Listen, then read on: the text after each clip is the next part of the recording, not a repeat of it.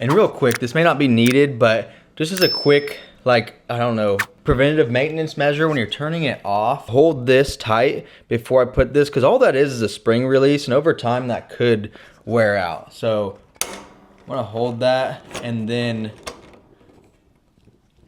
let that go. So it took a little bit, but finally turned off.